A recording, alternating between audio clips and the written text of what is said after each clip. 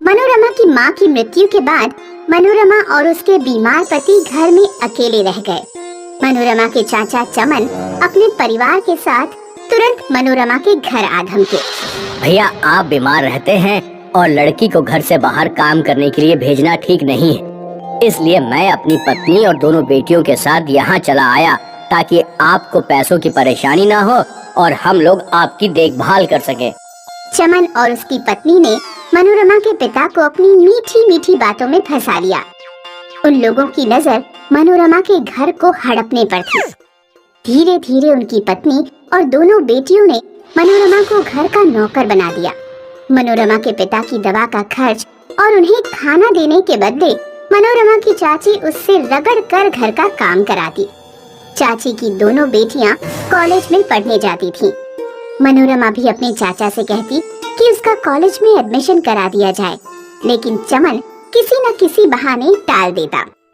पढ़ाई में पैसा लगता है, हम तुम्हारे पापा की दवाई का खर्चा उठाएं या तुम्हें कॉलेज भेजें, तुम खुद ही फैसला करो। धीरे धीरे मनोरमा ने कॉलेज जाने का सपना छोड़ दिया। खाली समय मिलने पर मनोरमा अपनी माँ की कब्र पर फूल चढ़ाने चली जाती और वहाँ बैठकर रोती। माँ, आप मुझे अकेले छोड़कर क्यों चले गई?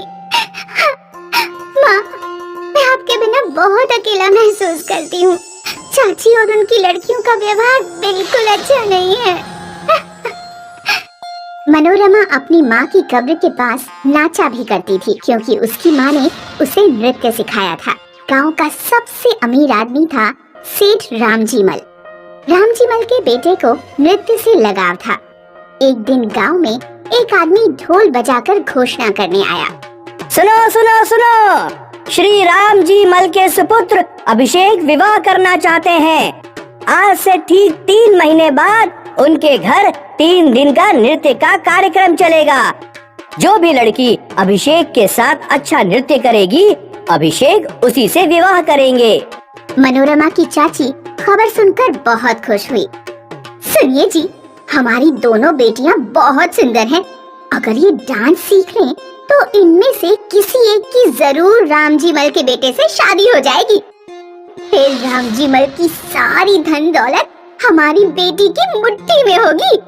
मनोरमा की चाची ने अपनी दोनों बेटियों को एक महंगे डांस स्कूल में डांस सीखने भेज दिया।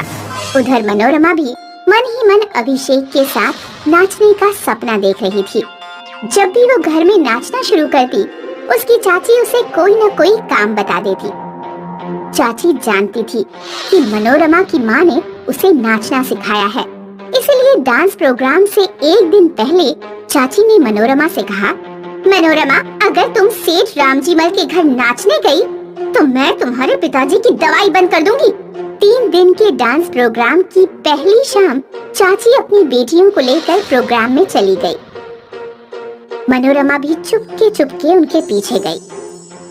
रामजीमल की कोठी पर बैठे चौकीदार ने मनोरमा को उसके साधारण कपड़े देखकर रोक दिया। गरीबों की एंट्री नहीं है, ऐसे अरे गहरे सब चले आ रहे हैं, जाओ यहाँ से। मनोरमा अपनी माँ की कब्र पर जाकर रोने लगी। माँ की कब्र पर अचानक एक सुंदर लाल रंग की ड्रेस और एक जोड़ी सैंडल आ गए। मनोरमा उन्हें पहनकर तुरंत प्रोग्राम में पहुंची। मनोरमा का चेहरा नहीं दिख रहा था, उसने चेहरा ढक रखा था। अभिषेक ने मनोरमा के साथ डांस किया, लेकिन रात के 9 बजते ही मनोरमा अभिषेक से बोली, मुझे जाना होगा। मैंने अभी तक जितनी भी लड़कियों के साथ डांस किया है, उनमें तुम्हारा डांस सबसे बेहतर लगा। क्या तुम कुछ देर और नहीं रुक सकती? नहीं, मनोरमा को अपनी चाची के घर पहुंचने से पहले ही घर पहुंचना था। वह कोठी की दीवार से कूदकर घर की ओर भाग गई। मनोरमा गेट से नहीं गई, क्योंकि गेट से चाची अपनी बेटियों को लेकर जा रही थी। मनोरमा ने रास्ते में ही अपनी हाई हील की सैंडल उतार दी ताकि वह तेजी से दौड़ सके। अभिषेक मनोरमा के पीछे पीछे गया था। उसे मनोरमा के सैंडल मिल गए। अगली रात अभिषेक सैंडल लिए मनोरमा का इंतजार करता रहा, लेकिन मनोरमा उस रात नहीं पहुंची, क्योंकि उस रात मनोरमा के पापा की तबीयत कुछ ज्यादा खराब थी। अभिषेक गांव की सारी लड़कियों में मनोरमा को ढूंढ रहा था।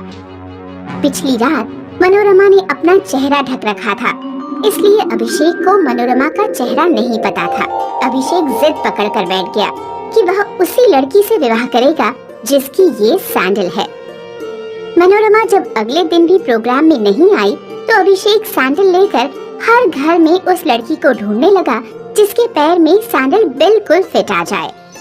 लड़की को ढूंढते ढूंढते अभिषेक मनोरमा के घर पहुंचा। मनोरमा की चाची ने अपनी दोनों लड़कियों को आगे कर दिया। पहली लड़की बोली, ये सैंडल मेरे हैं। तो ठीक है, इन्हें पहनकर डांस करके दिखाओ। लड़की के पैरों के हिसाब से सैंडल काफी छोटा था। उसने जबरदस्ती सैंडल पहन लिए और नाचने की कोशिश की। पड़ोस में एक गड्ढा था जिसमें कीचड़ और पानी था। पहली लड़की उसी गड्ढे में जा गिरी। ये सैंडल तुम्हारे नहीं हैं। तब चाची की दूसरी लड़की बोली, ये सैंडल मेरे हैं। ठीक है, तो इन्हें पहनकर नाच कर दिखाओ। दूसरी लड़की का पैर और भी बड़ा था। उसने जैसे ही सैंडल पहने, सैंडल की बत्तियां उखड़ गईं। ये सैंडल तुम्हारे भी नहीं हैं। क्या इस घर में कोई और लड़की रहती है? नहीं नहीं, यहाँ और कोई लड़की नहीं रहती। अभिषेक मनोरमा के घर से जाने ही वाला था कि उसने अंदर से मनोरमा के पिता के खांसने की आवाज सुन ली। वह घर के अंदर गया। उसने देखा कि मनोरमा अपने पिता को दवाई पिला रही है। अभिषेक ने मोची को बुलाकर सैंडल बनवाए और मनोरमा से कहा, जरा ये सैंडल पहनकर दिखाओ।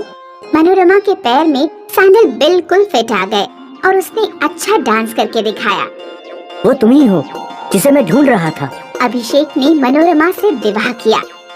वह मनोरमा और उसके बीमार पिता को अपनी कोठी में ले गया। मनोरमा की लालची चाची और उनकी बेटियां मनोरमा का मुंह देखती रह गईं।